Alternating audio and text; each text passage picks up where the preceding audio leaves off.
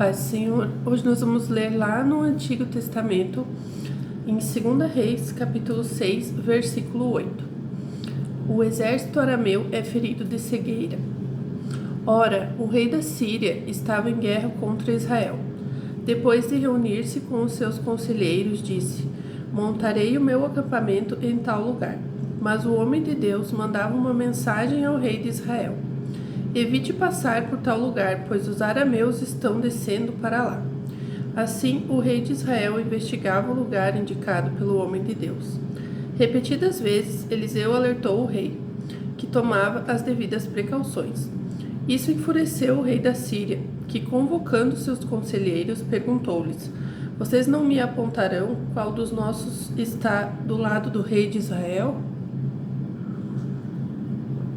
Respondeu um dos conselheiros: nenhum de nós, majestade, é Eliseu, o profeta que está em Israel, que revela ao rei de Israel até as palavras que tu falas em teu quarto.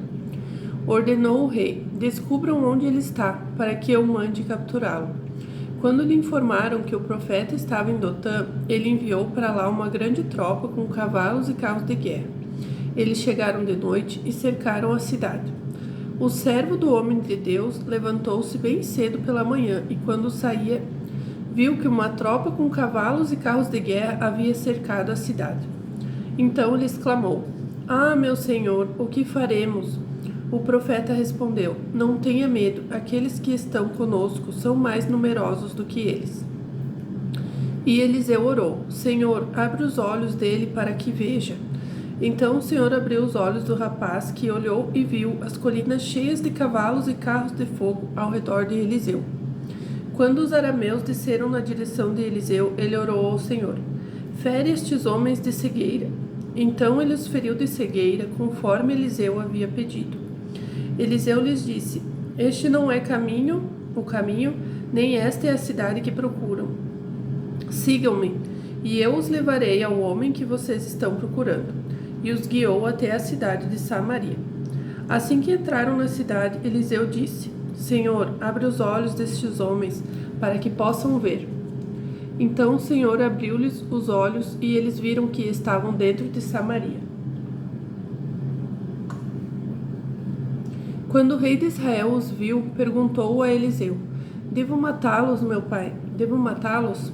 Ele respondeu: não. O rei costuma matar prisioneiros que o captura com a espada e o arco? Ordena que lhes sirvam comida e bebida e deixe que voltem ao seu senhor.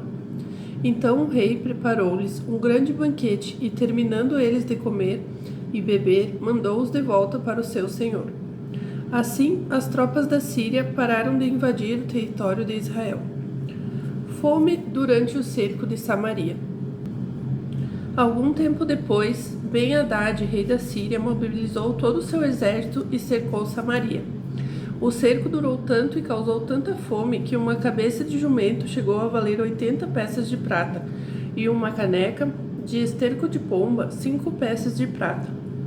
Um dia, quando o rei de Israel inspecionava os muros da cidade, uma mulher gritou para ele: socorro, majestade! O rei respondeu: se o Senhor não a socorrer, como poderei ajudá-la? Acaso há trigo na eira ou vinho no tanque de prensar uvas? Contudo, ele perguntou: qual é o problema? E ela respondeu: esta mulher me disse: vamos comer o seu filho hoje e amanhã comeremos o meu. Então cozinhamos o meu filho e o comemos. No dia seguinte, eu disse a ela que era a vez de comermos ao seu filho, mas ela o havia escondido. Quando o rei ouviu as palavras da mulher, rasgou as próprias vestes. Como estava sobre os muros, o povo viu que ele estava usando pano de saco por baixo, junto ao corpo. E ele disse: Deus me castigue com todo rigor se a cabeça de Eliseu, filho de Safate, continuar hoje sobre seus ombros. Ora, Eliseu estava sentado em sua casa, reunido com as autoridades de Israel. O rei havia mandado um mensageiro à sua frente, mas antes que ele chegasse, Eliseu disse às autoridades: aquele assassino mandou alguém para cortar minha cabeça? Quando o mensageiro chegar, fechem a porta e mantenham-na trancada. Vocês não estão ouvindo os passos do seu senhor que vem atrás dele? Enquanto ainda lhes falava, o mensageiro chegou. Na mesma hora o rei disse: Esta desgraça vem do Senhor. Por que devo ainda ter esperança no Senhor?